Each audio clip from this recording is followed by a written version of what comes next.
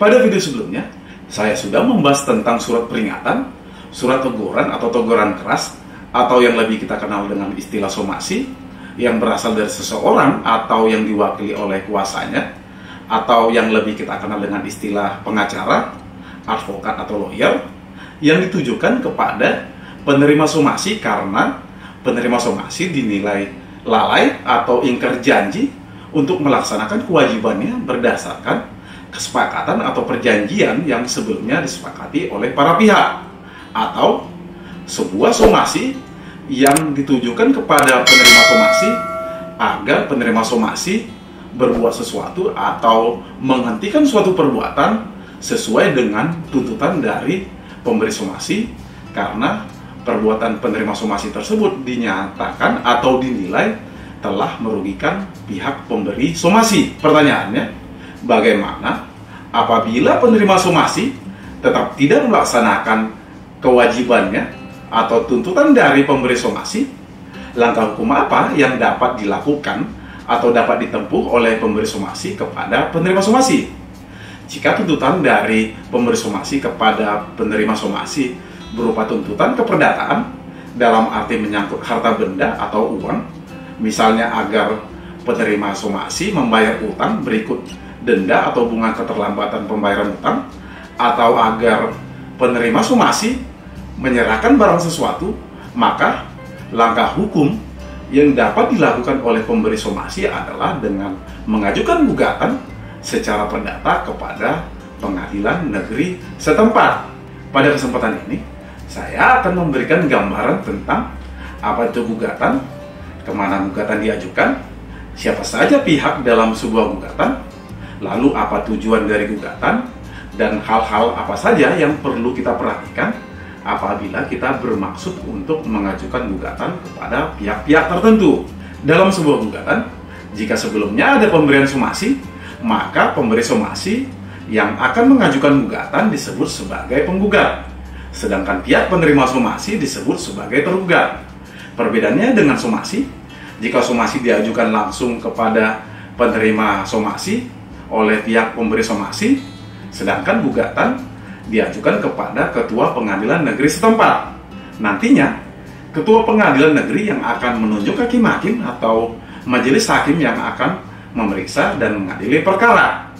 Jika sebelumnya ada perjanjian antara para pihak, baik penggugat dan tergugat, dan dalam perjanjian tersebut ada pemilihan domisili hukum apabila terjadi sengketa, maka gugatan diajukan berdasarkan pemilihan domisili hukum dalam perjanjian yang disepakati sebelumnya antara para pihak.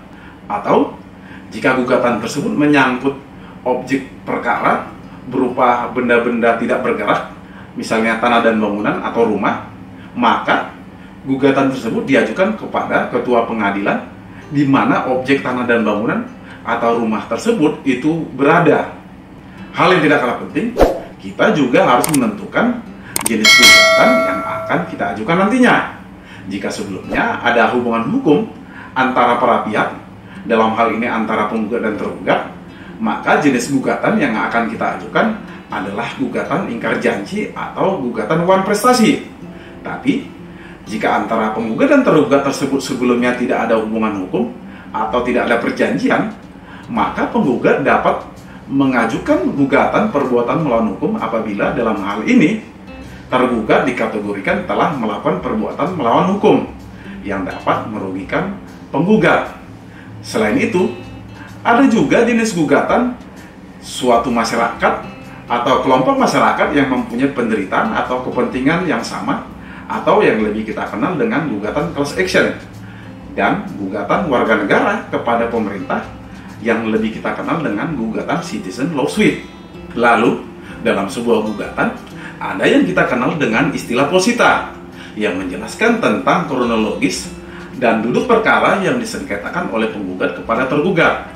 Dalam posita tersebut biasanya selain disertai dengan alasan atau dalil-dalil penggugat sehingga mengajukan gugatan kepada pihak tergugat, juga didukung dengan dasar hukum seperti pasal-pasal dari perjanjian atau ketentuan peraturan atau perundang-undangan atau jurisprudensi atau surat edaran Mahkamah Agung yang membenarkan gugatan penggugat kepada tergugat, termasuk dasar-dasar hukumnya.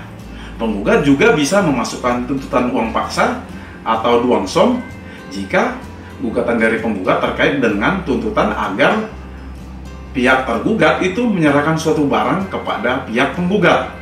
Jadi penggugat dapat mengajukan uang paksa atau semacam denda per hari atas setiap keterlambatan penyerahan barang dari tergugat kepada pihak penggugat.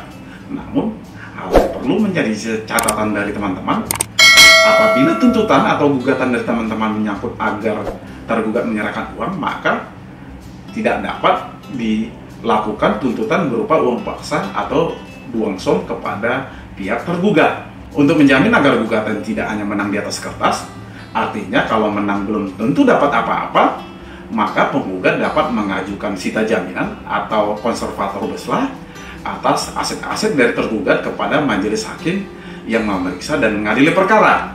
Misalnya, penggugat bisa mengajukan sita jaminan atas tanah dan bangunan atau rumah milik tergugat. Jadi, kalau gugatan dari penggugat tersebut diterima atau dikabulkan oleh majelis hakim, selanjutnya penggugat dapat mengajukan permohonan sita eksekusi dan lelang atas aset-aset dari tergugat tersebut apabila nantinya tergugat tidak melaksanakan putusan dari majelis hakim atau putusan dari pengadilan tersebut secara sukarela.